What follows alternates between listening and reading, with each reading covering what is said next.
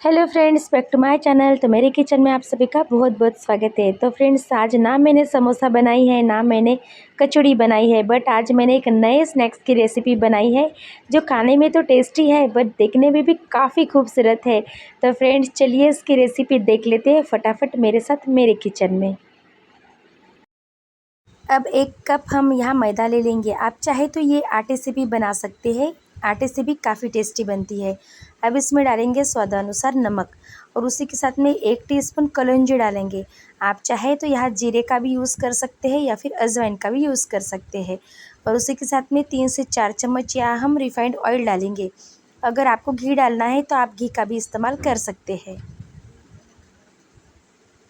अब इन इंग्रेडिएंट्स को अच्छी तरह से हाथ से इस तरह से मसल के हम रेडी करेंगे।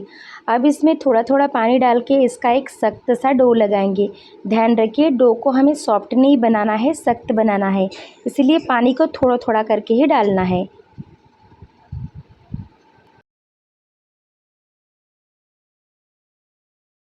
तो ये देखिए फ्रेंड्स, हमारी डो रेडी हो गई है। तो इसे 10 मिनट के लिए रेस्ट पे रख देते हैं और इसमें डालने के लिए स्टफिंग को रेडी कर लेते हैं। तो ये देखिए 4 मीडियम साइज़ के बॉइल्ड आलू है। तो इसे अच्छी तरह से हम ग्रेट कर लेंगे। आप चाहे तो मैशर का भी यूज़ कर सकते हैं। तो ये देखिए आलू को हमने अच्छी तरह से ग्रेट करके रखा है। तो चलिए इसमें कुछ सूखे मसाले डाल देते हैं, जिसमें यहाँ मैंने 1 टीस्पून लाल मिर्च पाउडर ले लिया है।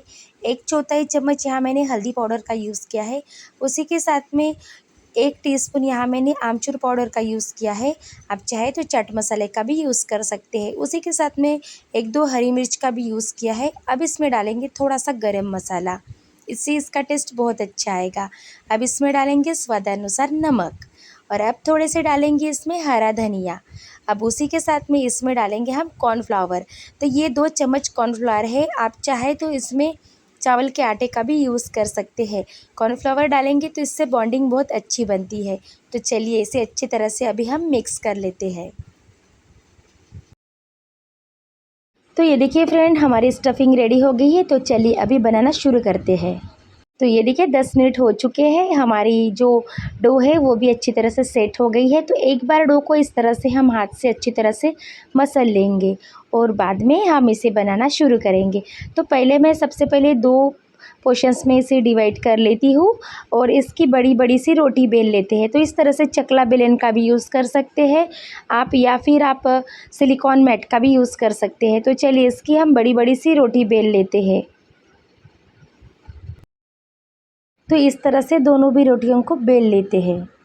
अब ये देखिए एक रोटी को मैंने इस तरह से रखा है। अब इसके ऊपर मैं स्टफिंग को लगा दूंगी, जो स्टफिंग को हमने बनाया था। ये इस तरह से हम अच्छी तरह से इसे फैला देंगे और इसे इसके साथ में सेट कर देंगे। तो ये देखिए स्टफिंग को हमने अच्छी तरह से इसके ऊपर लगा दिया है। तो दूसरी जो रोटी हमने बना के रखा था उसे इसके ऊपर हम इस तरह से लगा देंगे और अच्छी तरह से साइड को जो कॉर्नर है उसे अच्छी तरह से सेट कर लेंगे, ये इस तरह से। तो इस तरह से हल्के हाथों से इसे हम बढ़िया तरीके से बेल लेंगे। बहुत ज़्यादा प्रेशर नहीं डालना है, बस हल्के हाथों से ही इसे इस तरह से बेलना है। तो चलिए स्नैक्स की डिज़ाइन बना लेते हैं। तो इस तरह से हमें अभी कट लगाना होगा। ये देखिए इस तरह से।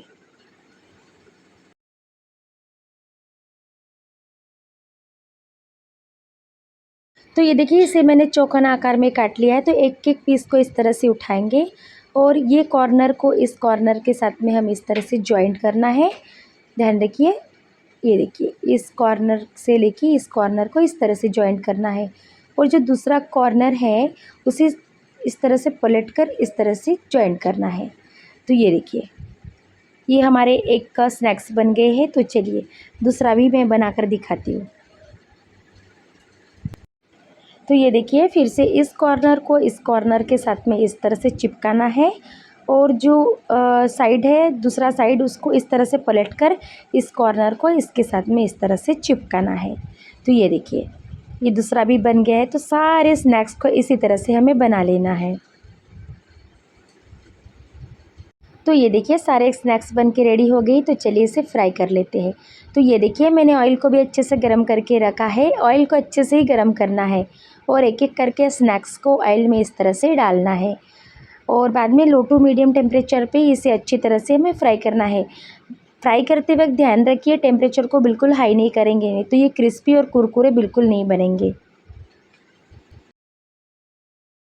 तो चलिए फ्रेंड्स, इसे साइड को घुमा घुमा के इस तरह से हम अच्छी तरह से फ्राई कर लेते हैं। देखिए फ्रेंड्स, खाने से ज़्यादा ये दिखने में बहुत ही खूबसूरत लगते हैं। तो इस तरह का स्नैक्स अगर आप पार्टी होती छोटी मोटी उसमें भी बना सकते हैं, बच्चों की आप छोटे मोटे भूख के लिए भी बना सकते हैं, या फिर टी टाइम स्नैक्स बोलिए, या घर में मेहमान आ जाए तब भी आप इसे बना सकते हैं। ये बनाने में बहुत ही कम समय लगता है और देखिए खाने में तो बहुत ही टेस्टी है। तो चलिए फ्रेंड्स, अच्छी तरह से इसे हम फ्राई कर लेते हैं।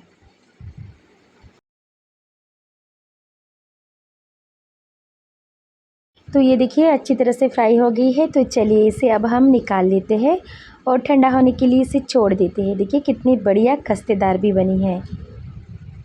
चलिए इस तरह से निकाल लेते हैं और देखिए कितनी खूबसूरत भी लग रही है, ये देखिए। तो चलिए अब इसे ठंडा होने के लिए हम 5 से 6 मिनट के लिए छोड़ देते हैं।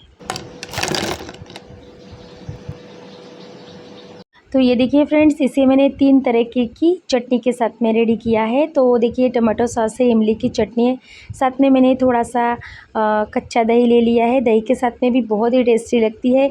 अगर आप तीनों का कॉम्बिनेशन बना के इसे खाते हैं तो वो भी बहुत ही टेस्टी होती है।